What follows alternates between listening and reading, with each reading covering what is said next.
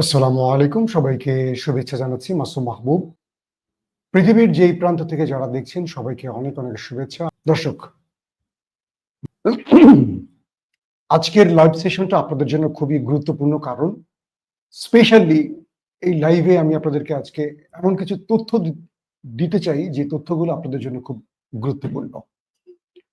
পুরো পৃথিবীতে মুসলিম রাষ্ট্রগুলো এক ভয়াবহ সংকটে পড়েছে এবং এই সংকট থেকে মুসলিম রাষ্ট্রগুলোকে উত্তরণের আপাতত সহজ কোনো পথ আমাদের রাজা, বাদশাহ, আমির, ওমরা, প্রেসিডেন্ট, প্রধানমন্ত্রীদের চোখে পড়ছে না।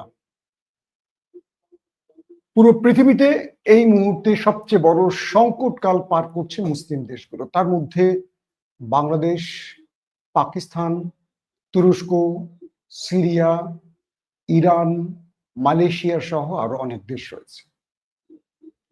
একদিকে মুসলিম দেশগুলোতে কৃত্রিম অর্থনৈতিক সংকট, রাজনৈতিক অস্থিরতা, সামাজিক বিভেদ এবং বিভিন্ন রকম সহিংস ঘটনার মধ্য দিয়ে এই দেশগুলোকে উত্তপ্ত করে সেখান থেকে ফায়দা লুটতে চাইছে বিশ্বমোড়ল এবং তাদের তাবেদাররা। প্রথমে যদি আমি ইরানকে দিয়ে বলতে চাই, ইরান তার দেশের ভেতরে যে সরকার প্রতিষ্ঠিত আছে, শিয়া সুন্নি দ্বন্দ্বের বাইরেও এই সরকারের বিরুদ্ধে রাজা, মানে যিনি এই মুহূর্তে দেশটির প্রেসিডেন্ট আছেন, তার চেয়ে উপরে আমরা যাকে হয়তোবা আমরা অন্য ভাষায় বলি রাজা, কিন্তু তারা বলে তাদের সর্বোচ্চ ধর্মীয় নেতা আয়াতুল্লাহ আলী খামিনি, তিনি সবচেয়ে বড় সংকটকাল পার করছেন। রেজা পাহলেভি তার 50,000 অনুগত ব্যক্তিদের মাধ্যমে ইরানের রেজিম চেঞ্জ ঘটাতে ইসরায়েল এবং আমেরিকাকে সহযোগিতা করছে। পাশাপাশি বিভিন্ন ধর্ম, মত, আদর্শের ব্যক্তিরা রয়েছে যারা ইরানের রেজিম চেঞ্জ ঘটাতে ইসরায়েলকে সরাসরি সহযোগিতা করছে।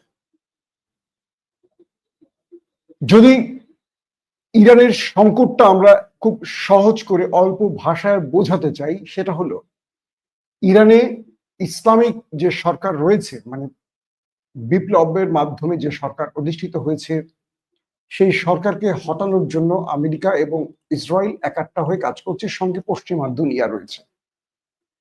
এবং দেখা যাচ্ছে যাদের বিরুদ্ধে ইরান বিপ্লব করেছে, ইসলামী বিপ্লব ঘটিয়েছে, সেই পরাজিত শক্তি ইসরায়েলের পাপেট হয়ে এখন কাজ করছে।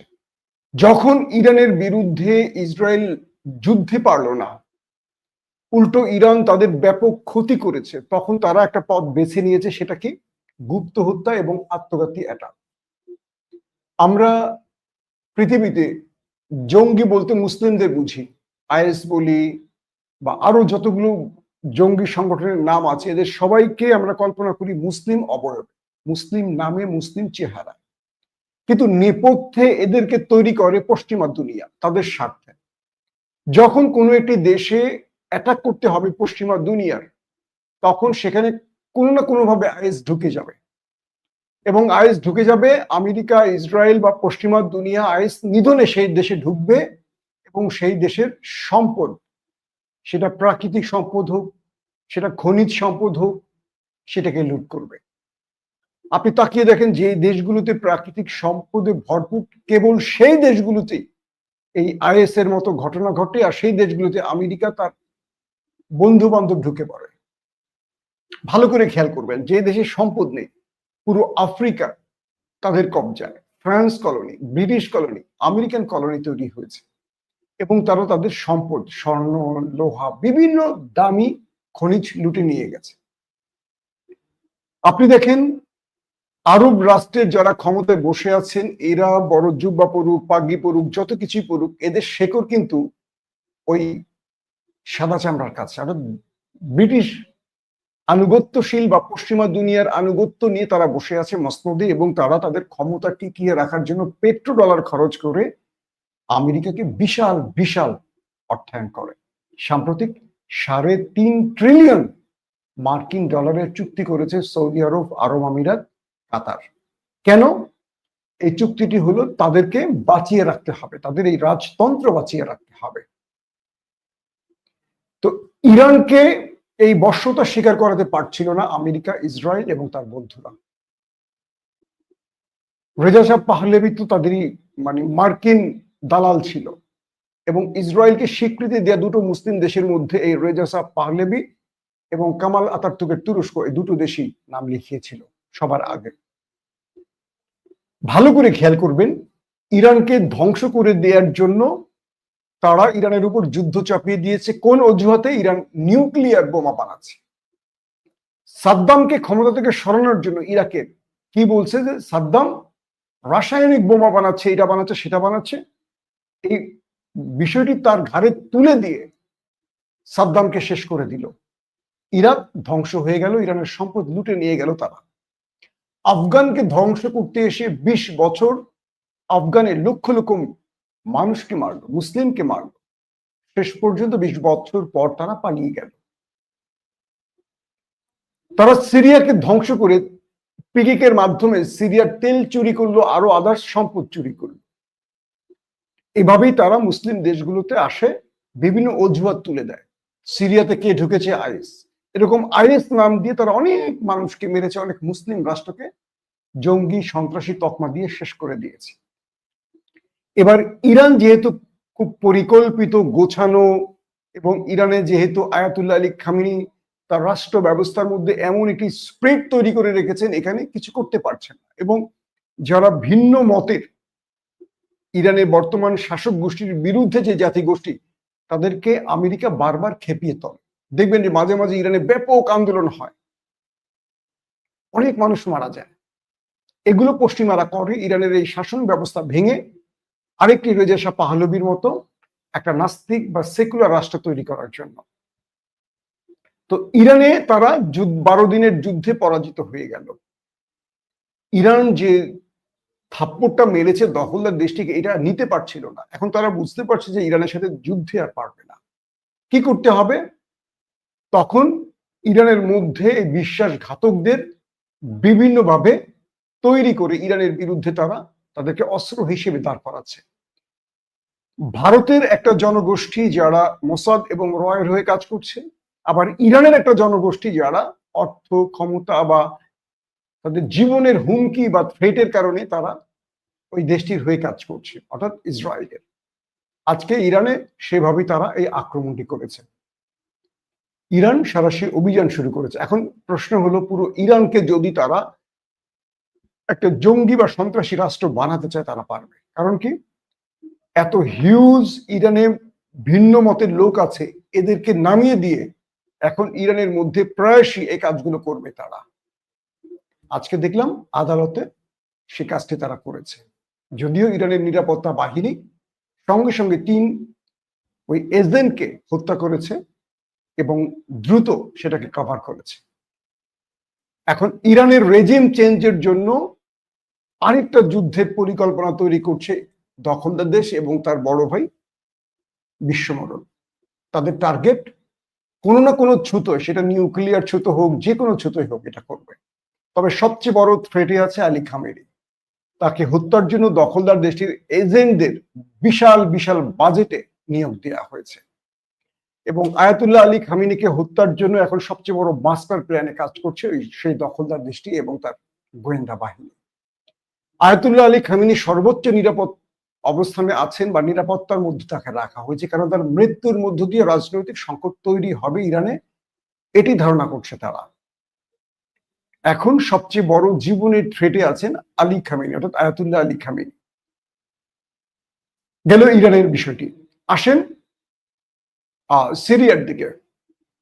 সিরিয়াতে বাশার আল আসাদকে সরানোর পর রাষ্ট্রীয় ক্ষমতা বসছে অন্তর্বর্তীকালীন সরকার আহমেদ আল শারার। যখনই তিনি ক্ষমতায় বসতে যাচ্ছেন, মানে আসাদ পালালো, তারপরই ব্যাপক বোম্বিং করে পুরো সিরিয়ার মিলিটারি সিস্টেম গুলোকে ধ্বংস করে ফেললো দখলদার দেশটি। মানে সিরিয়ার যে মিলিটারি পজিশন গুলো ছিল, মিলিটারি পজিশন শুধু না, তাদের যে অস্ত্র কারখানা, তাদের অস্ত্রের স্টোরেজ সব ধ্বংস করে ফেলছে মোটামুটি। তারপরেও জোলানি বাহিনী যেহেতু একটা লম্বা যুদ্ধের শেষে তারা একটা বিপদগ্রস্ত টাইম, তারা তখন দখলদারদের সাথে যুদ্ধ করে পারবে না, তারা ধৈর্যের সাথে মোকাবেলা করছে তুরস্কের সহযোগিতা নিয়ে, এবং সৌদি আরব এখানে সহযোগিতা দিয়ে মোটামুটি তাদেরকে একটা সাপোর্ট দিয়ে ইউরোপীয় ইউনিয়নের সাথে বসিয়ে অর্থনৈতিক সংকট কাটিয়ে সিরিয়াকে তৈরির চেষ্টা করছে। তখনই দেখেন দ্রুজ আরব বেদুইনদের মধ্যে সংঘর্ষ লাগিয়ে দিয়ে সিরিয়াকে আবার উত্তপ্ত করছে, কারণ এখানে একটা বাফার জোন তৈরি করতে চায় ইসরায়েল, এবং সিরিয়াকে কোনোভাবে শান্ত থাকতে দেবে না এই দেশটি। যখনই সিরিয়া কোনো সঠিক কাজে এগোবে তখনই সেখানে হঠাৎ করে আকাশ থেকে যুদ্ধ বিমান এসে সেখানে অ্যাটাক করবে। আহমেদ আল সারাকে হত্যার জন্য 3 থেকে 4 বার চেষ্টা করেছে, 3 বারই তুরস্কের গোয়েন্দারা তাকে সেভ করেছে, বিভিন্নভাবে তার পজিশন চেঞ্জ করে তথ্য পাওয়ার সঙ্গে সঙ্গে তাকে সরিয়ে ফেলেছে। কখনো একটা রুটে তিনি গেলে আক্রমণ করবে, আরেকটা রুটে নিয়ে গেছে, দেখা গেছে ওই রুটে আক্রমণ করে বসছে ইসরায়েল। তো এভাবে প্রতিনিয়ত সিরিয়ার রাষ্ট্রপ্রধান মৃত্যু আশঙ্কায় দিন কাটাচ্ছে। আসেন লেবানন, পুরো লেবাননটাকে শেষ করে ফেলেছে, ইচ্ছে মতো এখন লেবাননে আক্রমণ করে। হিজবুল্লাহ দুর্বল হয়ে গেছে, এবং হিজবুল্লাহ দুর্বল হওয়ার পর পুরো লেবাননের মতো ইচ্ছে মতো খেয়াল খুশি মতো তারা প্রতিদিনই এখন আক্রমণ করছে, কিন্তু হিজবুল্লাহ জবাব দিতে পারছে না। আসেন আপনি মালয়েশিয়ার দিকে। মালয়েশিয়াতে আজকেও বিশাল বিক্ষোভ হয়েছে আনোয়ার ইব্রাহিমের বিরুদ্ধে, কারণ তিনি ইসলামিক সরকার অর্থাৎ ইসলামিক মাইন্ডের বা ইসলামী মতাদর্শের ব্যক্তি আনোয়ার ইব্রাহিম। এখন তাকে ক্ষমতা থেকে সরাতে কৃত্রিম অর্থনৈতিক সংকট তৈরি করা হয়েছে। যেহেতু পৃথিবীর প্রতিটি দেশ তার অর্থনৈতিক কাঠামো বিশ্ব বাজারের সাথে সম্পৃক্ত, একটা কোলাবোরেশন করে চলছে, এগুলো পশ্চিমা দুনিয়া পারে। দেখেন আনোয়ার ইব্রাহিমের বিরুদ্ধে তার দেশের হাজারো মানুষ রাস্তায় নেমেছে, কারণ তারা চাইছে একটা পশ্চিমা ঘেঁষা প্রধানমন্ত্রী, ইসলামিক প্রধানমন্ত্রী তারা সহ্য করবে না। কারণ আনোয়ার ইব্রাহিম ভেতরে গোপনে ফিলিস্তিনের ব্যাপারে খুব শক্ত কিছু সিদ্ধান্ত নিয়েছেন, এটা পশ্চিমা দুনিয়ার কাছে লিক হয়ে গেছে। এখন এই মালয়েশিয়াকে উত্তপ্ত করছে, রাজনৈতিক অস্থিরতা তৈরি করে রেজিম চেঞ্জ ঘটাবার চেষ্টা করছে। মাত্র 3.5 বছর হলো আনোয়ার ইব্রাহিমের সরকারের মেয়াদ। এবার আসেন তুরস্কে। তুরস্কে দেখবেন মাঝে মাঝে হঠাৎ করে বড় বড় আন্দোলন তৈরি হয় নিছক কোনো ঘটনায়। মাঝখানে দেখলাম ইস্তানবুলের মেয়র বিশাল পরিকল্পনা করে মাঠে নেমেছিলেন। তো এরদোয়ান তো হলেন মাস্টার মাইন্ড রাজনীতির, কিসের ট্রাম্প, কিসের জো বাইডেন, কিসের ভ্লাদিমির পুতিন, তিনি সকল কিছুর মাঝে ওই ইস্তানবুলের মেয়রকে গ্রেফতার করলেন এবং তার বিরুদ্ধে বিশাল বিশাল দুর্নীতির প্রমাণগুলো হাজির করে দিলেন। যে জাতি তার জন্য রাস্তা নেমেছে এরদোয়ানের পতন ঘটাতে, পরে দেখলেন যে আয় হায়, ইস্তানবুলের মেয়র তো বিশাল চোখ।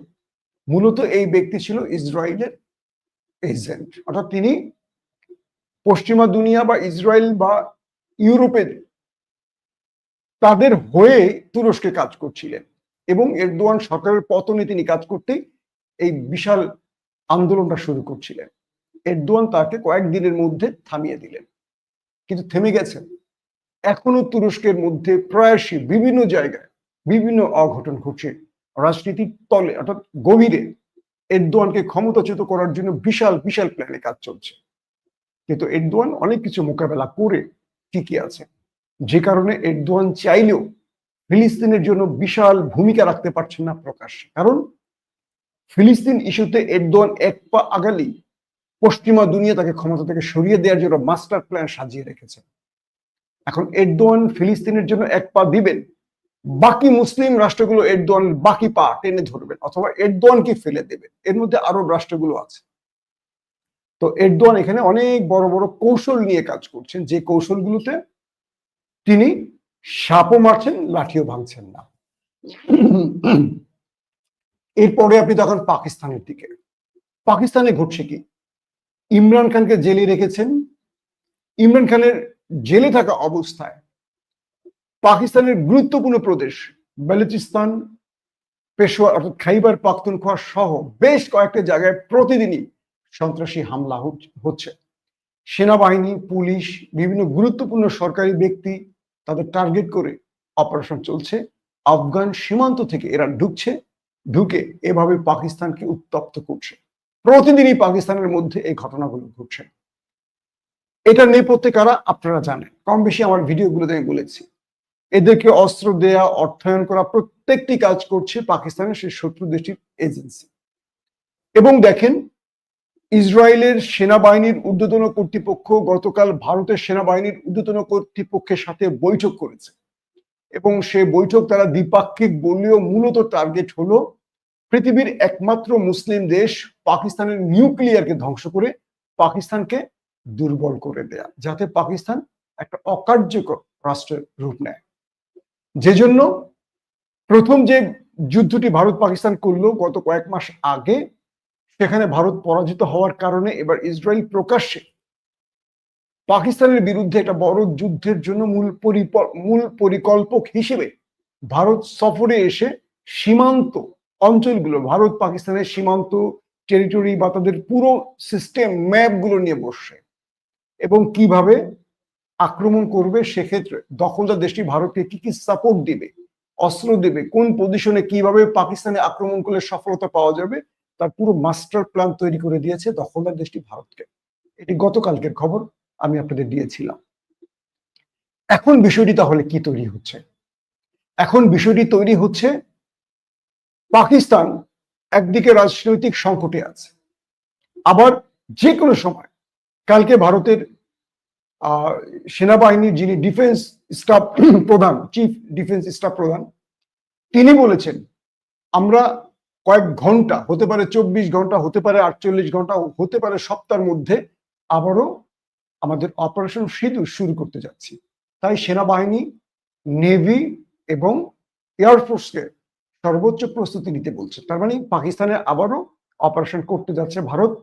এই নির্দেশনা কালকে ভারতের সেনাপ্রধানের পক্ষ থেকে এসছে এবং এবার তারা নেভির মাধ্যমে প্রথম অ্যাটাক করতে পারে এমনটিও ঘোষণা দিয়েছে। নেভি অ্যাটাক করলে কোত্থেকে করবে, আর সেই আক্রমণটা হবে কোথায়?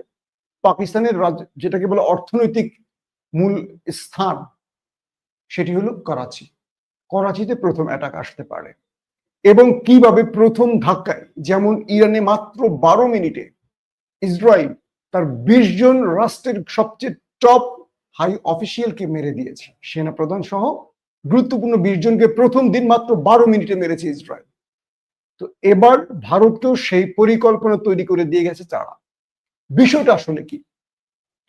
একদিকে তারা রাষ্ট্রের ভিতরে রাজনৈতিক অস্থিরতা তৈরি করে রেখেছে। দেখেন, ইস্টাবলিশমেন্ট ইমরান খানকে বিনা কারণে, বিনা অপরাধে আজকে 2 বছরের মতো জেলে রেখেছে।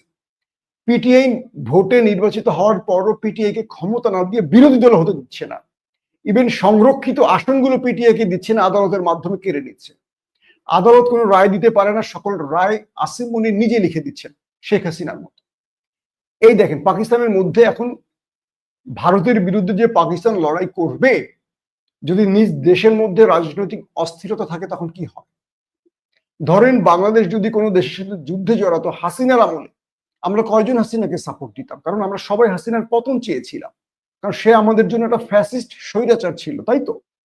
তো পাকিস্তানের প্রায় 80 থেকে 85% মানুষের কাছে একটা ফ্যাসিস্ট বা স্বৈরাচার হলেন আসিম মনির। কিন্তু তিনি তার মিলিটারি ব্যবহার করে, অস্ত্র ব্যবহার করে ক্ষমতা টিকে আছেন, ইমরান খানের উপর দমন পীড়ন চালাচ্ছেন, অন্যায়ভাবে তাকে সাজা ঘোষণা করছেন। এভাবে পাকিস্তানটাকেও মোটামুটি ক্লাবস করে দিয়েছে কারা?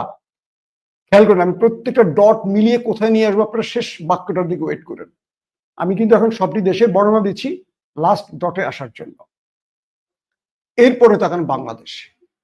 বাংলাদেশে 24-এ যে বিপ্লব হলো, জুলাই 2000 ছাত্র জীবন দিল, 25 থেকে 30,000 পঙ্গু, অন্ধ সহ গুরুতর আহত হল। আজ পর্যন্ত ইউনূস সরকার সকল শহীদদের নিয়ে একটা প্রোগ্রাম করতে পারেনি, 1 বছর শেষ হয়ে গেল। আজ পর্যন্ত ইউনূস সরকার জুলাই প্রোক্লেমেশন ঘোষণা করতে পারেনি, সনদ ঘোষণা করতে পারেনি। আজ পর্যন্ত নির্বাচনের রোডম্যাপ দিতে পারেনি।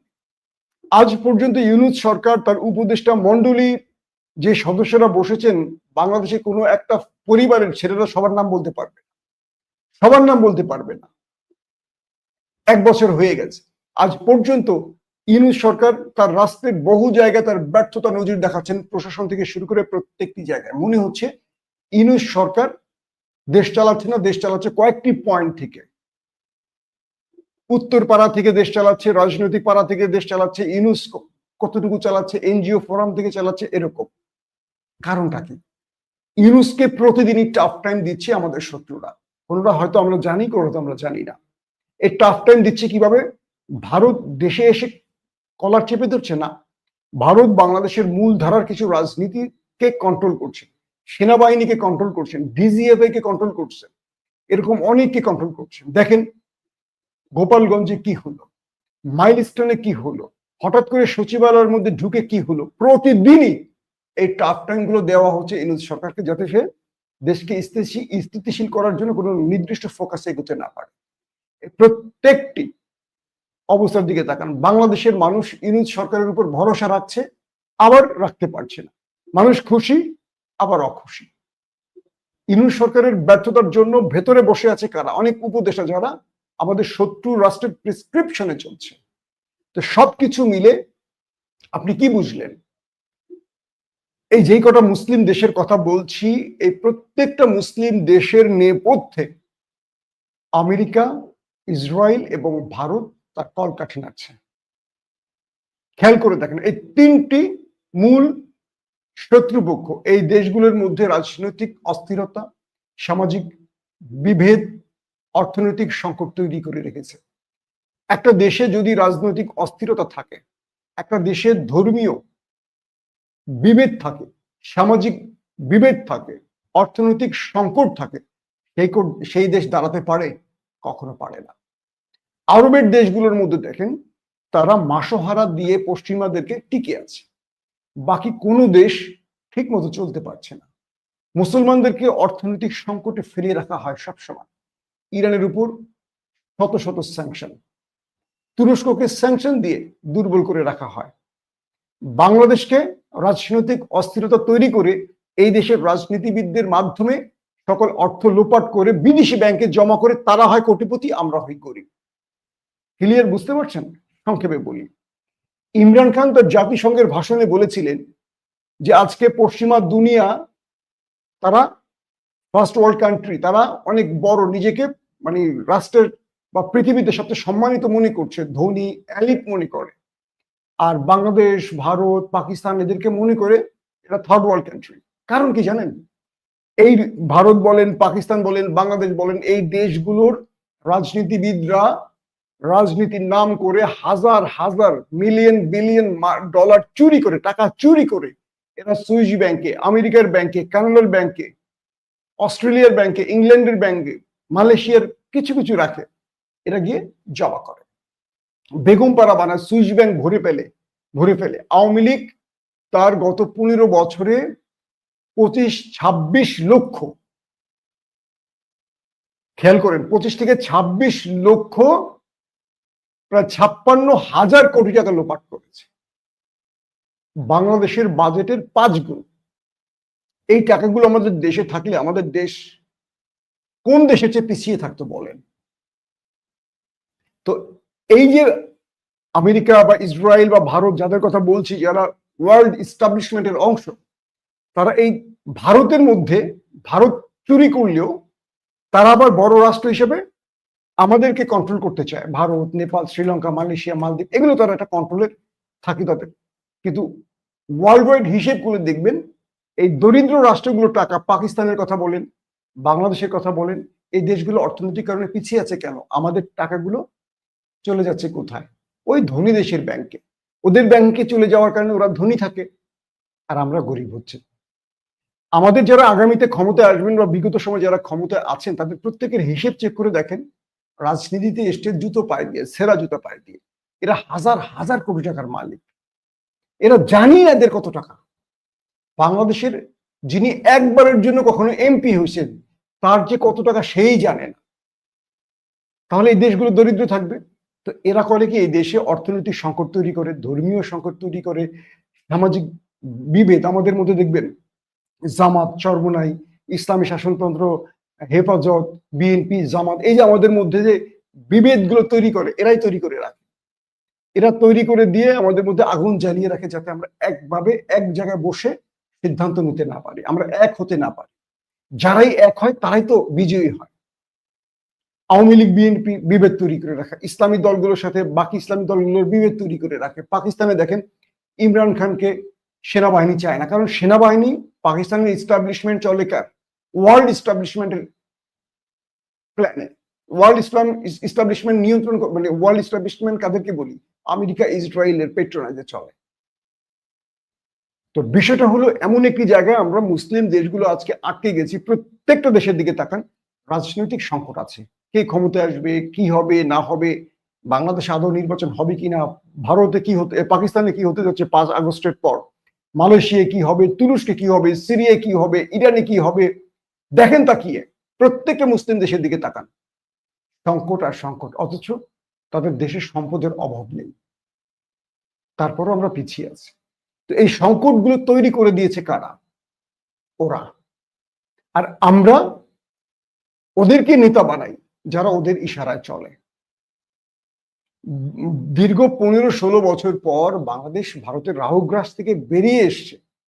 আবার দেখেন সেই ভারতের আনুকূল্যে, ভারতের কোলে নিয়ে তোলার ব্যবস্থা করছে কোনো কোনো রাজনৈতিক দল।